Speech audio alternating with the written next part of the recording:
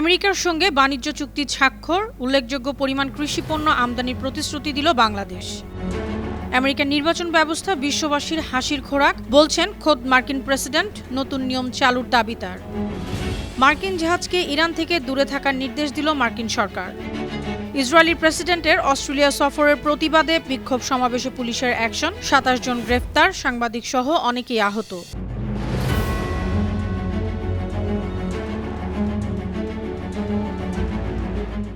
শুনছিলেন সংবাদ শিরোনাম। সবাইকে স্বাগত জানাচ্ছি বিশ্বজুড়ে প্রতিদিনে বিশ্বের বিভিন্ন প্রান্তের সবশেষ তথ্য জানাতে আপনাদের সঙ্গে আছি আমি অনন্যা চৈতি। যুক্তরাষ্ট্র থেকে উল্লেখযোগ্য পরিমাণ কৃষিপণ্য আমদানির প্রতিশ্রুতি দিয়ে চুক্তি করেছে বাংলাদেশ। সোমবার ভার্চুয়ালি এমন বাণিজ্য চুক্তিতে বাংলাদেশের পক্ষে বাণিজ্য উপদেষ্টা শেখ বশিরউদ্দিন এবং আমেরিকার পক্ষে মার্কিন বাণিজ্য প্রতিনিধি জেমিসন গ্রিয়ার স্বাক্ষর করেন। চুক্তি অনুযায়ী আমেরিকা থেকে আনুমানিক ৩৫০ কোটি মার্কিন ডলারের কৃষিপণ্য আমদানি করা হবে। বাংলাদেশি মুদ্রায় এর পরিমাণ ৪২,০০০ কোটি টাকারও বেশি। বর্তমানে যুক্তরাষ্ট্রের সঙ্গে বাংলাদেশের দ্বিপক্ষীয় বাণিজ্য বছরে প্রায় ৮০০ কোটি মার্কিন ডলার।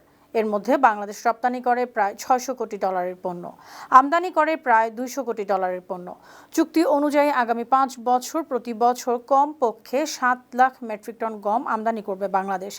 এক বছরের মধ্যে সর্বোচ্চ ১২৫ কোটি ডলার দামের সয়াবিন ও সয়াজাত পণ্য আমদানি করা হবে।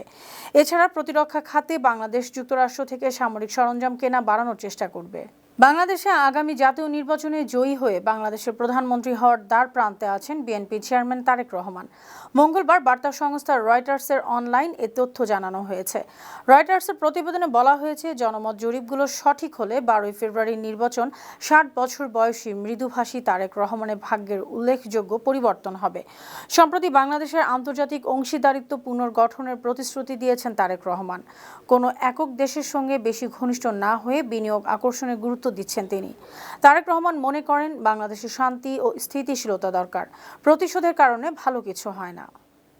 দক্ষিণ পূর্ব এশিয়ার দেশ থাইল্যান্ডের সাধারণ নির্বাচনে বড় জয় পেয়েছে দেশটির প্রধানমন্ত্রী আনুতিন চানভিরাকুলের দল ভুমজাইথাই।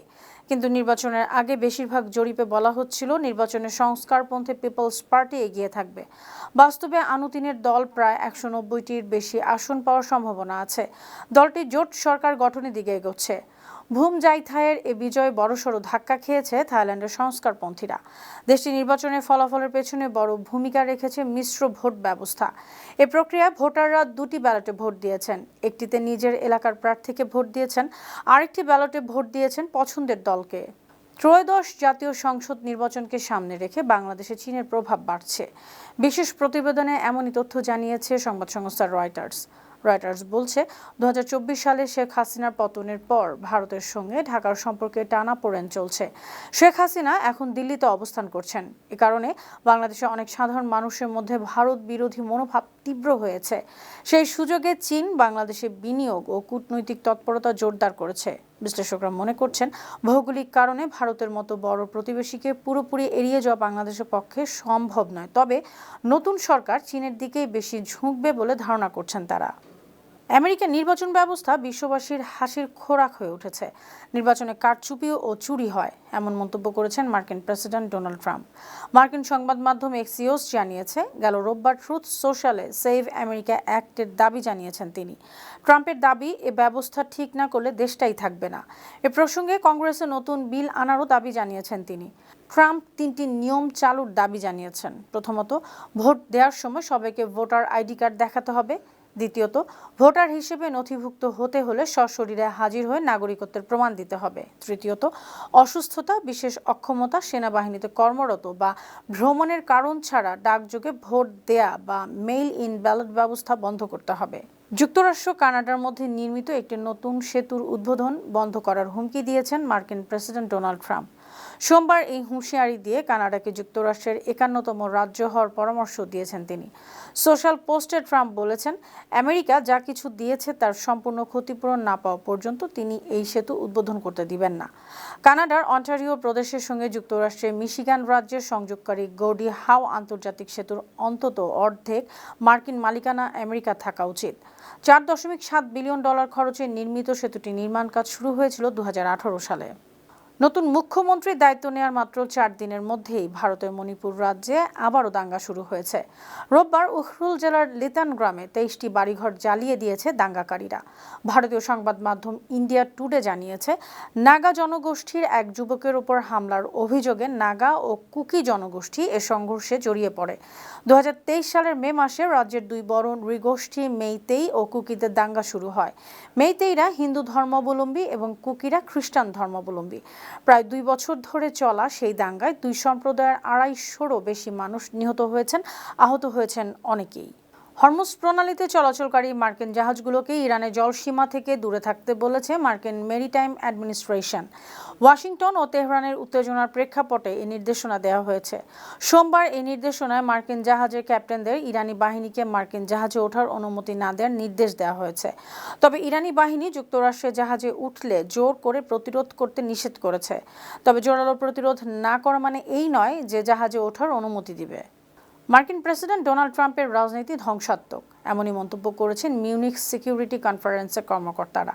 সোমবার প্রকাশিত MSCর 2026-এর রিপোর্টে বলা হয়েছে, চলমান নীতি এবং প্রতিষ্ঠানের ওপর যারা আঘাত করেছেন তাদের মধ্যে সবচেয়ে ক্ষমতাশীল মার্কিন প্রেসিডেন্ট ডোনাল্ড ট্রাম্প। এই সপ্তাহ শেষে মিউনিখ সিকিউরিটি কনফারেন্সে একটি বড় প্রতিনিধি দলের নেতৃত্ব দিবেন মার্কিন পররাষ্ট্রমন্ত্রী Marco Rubio.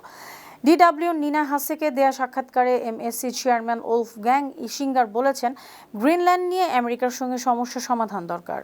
Israeli president Isaac হারজোগের সফরের প্রতিবাদে অস্ট্রেলিয়ার সিডনিতে সমাবেশে সংঘর্ষের কারণে মর্মাহত হয়েছেন অস্ট্রেলিয়ার প্রধানমন্ত্রী অ্যান্টনি আলবানিজ। রেডিও সাক্ষাৎকারে তিনি এ মর্মাহত হওয়ার কথা জানিয়েছেন। বন্ডি সমুদ্র সৈকতে ইহুদি বিরোধী হামলায় 15 জন নিহতের পর সংহতি প্রকাশ ও দ্বিপাক্ষিক সম্পর্ক জোরদার করতে 9 ফেব্রুয়ারি অস্ট্রেলিয়ায় 4 দিনের সফরে গেছেন হারজোগ। গাজা যুদ্ধের কারণে তার এই সফরের বিরোধিতা করে বিক্ষোভ শুরু হয় দেশটিতে। বিক্ষোভকারীদের ঠেকাতে সিডনিতে পুলিশ বিক্ষোভকারী ও সংবাদ মাধ্যম কর্মীদের উপর পেপার স্প্রে ব্যবহার করে গ্রেফতার করে 27 জনকে। কুখ্যাত যৌন অপরাধী জেফ্রি অ্যাপস্টাইন তার শুক্রাণু দিয়ে অনেক সন্তানের জন্ম দিতে চেয়েছিলেন। তিনি এমন একটি মানব গোষ্ঠী তৈরি করতে চেয়েছিলেন যারা তার DNA বহন করবে। এই যৌন নিপীড়ক বিজ্ঞানী ও প্রভাবশালীদের সঙ্গে সাক্ষাৎকালে এমন ইচ্ছা জানিয়েছিলেন। অ্যাপস্টাইনের ইচ্ছে ছিল নিউ মেক্সিকোতে নিজের খামারে তার শুক্রাণু ব্যবহার করে নারীরা গর্ভবতী হোক। তিনি অনেক সন্তানের জনক হন। অ্যাপস্টাইনের এই পরিকল্পনাকে শিশু প্রজনন খামার বলে উল্লেখ করেছেন অনেকে। বার্তা সংস্থা রয়টার্স এসব তথ্য জানিয়েছে। সম্প্রতি অ্যাপস্টাইনের কয়েক লাখ গোপন নথি প্রকাশ করেছে যুক্তরাষ্ট্রের বিচার বিভাগ। সুপ্রিয় দর্শক, এই ছিল আজকের বিশ্বজুড়ে প্রতিদিনের আয়োজনে। দেশ বিদেশের বিভিন্ন খবর নিয়ে আবার আপনাদের সামনে হাজির হব। সেই পর্যন্ত ভালো থাকুন, সুস্থ থাকুন, বানো টিভির সঙ্গে থাকুন। ধন্যবাদ।